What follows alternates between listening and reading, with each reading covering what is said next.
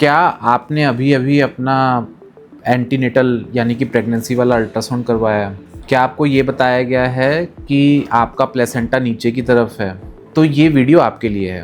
नमस्ते, मैं हूँ डॉक्टर यजुष जैन और आज हम बात करेंगे, आपको ये बताया गया है कि प्लेसेंटा नीचे की तरफ है। क्या होता है, कब हम इसे बोलते हैं, कि ये कितनी सीरियस दिक्कत है और इसमें हमें क्या करना चाहिए। आज हमारे पास एक बड़ा कॉमन क्वेश्चन पूछा जाता है काफ़ी लोगों के थ्रू कि डॉक्टर साहब हमने पीछे अल्ट्रासाउंड करवाया था और है ना उसमें हमें ये बता दिया गया कि हमारा प्लेसेंटा तो है ना नीचे की तरफ है, आप बताइए इसमें क्या करें। तो सबसे पहले हम इस कंडीशन का नाम समझते हैं, इसको बोलते हैं प्लेसेंटा एक्रीटा या प्लेसेंटा परकिटा। कंडीशन ऐसी होती है कि जो हमारे नीचे ओपनिंग है सर्विक्स की, जहाँ से बच्चे ने बाहर आना है, कभी कभार उसके ऊपर प्लेसेंटा आ जाता है। कई बार ये उसके ऊपर नहीं आता बट उसके बिल्कुल किनारे पे होता है, बिल्कुल पास में होता है। इन दोनों कंडीशंस को कलेक्टिवली इन टर्म्स के अंडर इंक्लूड करते हैं। प्लस कई बार अगर आपका पहले सिजेरियन हुआ है तो कई बार प्लेसेंटा जो प्रीवियस सिजेरियन है उसके अंदर एम्बेड हो जाता है।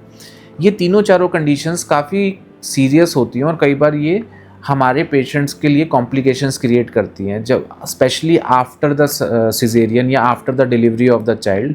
जब बच्चा पैदा हो जाता है तो कई बार उन जगहों से ब्लीडिंग नहीं रुक पाती। तो उस कंडीशन में डॉक्टर ये जानना चाहता है कि प्लेसेंटा नीचे की तरफ तो नहीं है। तो अब ये सवाल आता है कि डॉक्टर ने तो अल्ट्रासाउंड करा, उसने बता दिया कि प्लेसेंटा नीचे की तरफ है, आप क्या करें। तो सबसे पहला सवाल आता है कि कितने वीक्स पे ये बताया गया है। काफ़ी कॉमनली हमने देखा है कि 14 वीक्स पे, 12 वीक्स पे, नॉट एग्जैक्टली 12 बट 14, 16 वीक्स पे ये बता दिया जाता है कि प्लेसेंटा तो नीचे की तरफ है। इस पर्टिकुलर स्टेज पे प्लेसेंटा नीचे होने का कोई रोल नहीं है।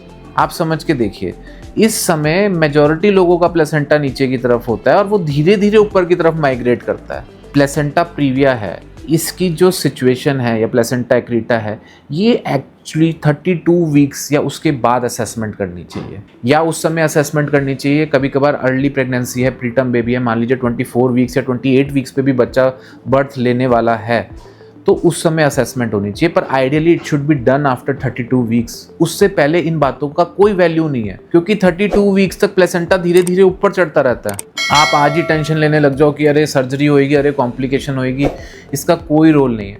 आपको ये एक बात का अवेयरनेस होना चाहिए कि हम कितने वीक्स पे प्लेसेंटा को बोल रहे हैं। अच्छा, दूसरा एक एस्पेक्ट आता है कि हमसे पूछा जाता है कि सर कितना नीचे है, कैसे है, क्या डेफिनेशन है इसकी।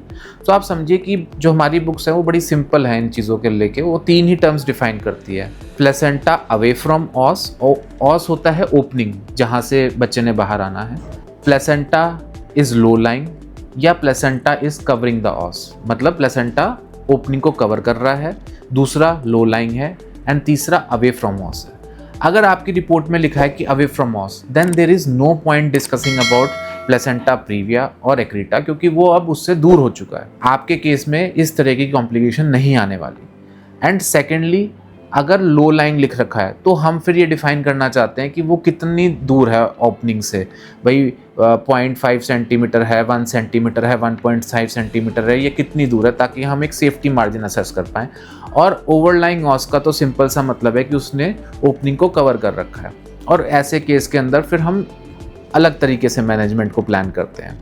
तो ये सारी इन्फॉर्मेशन आपको पता होनी चाहिए ताकि आप एक समझदारी वाला डिसीजन ले पाएँ, आप स्ट्रेस ना हो, क्योंकि प्रेगनेंसी ऑलरेडी एक बहुत स्ट्रेसफुल सिचुएशन होती है और उसमें हम ये पता करने लग जाते हैं कि ऐसा है, ये सिचुएशन है, वो सिचुएशन है, तो वो चीज़ें हमारे कंडीशन को और कॉम्प्लिकेट कर देती हैं और हमारा स्ट्रेस बढ़ा देती हैं।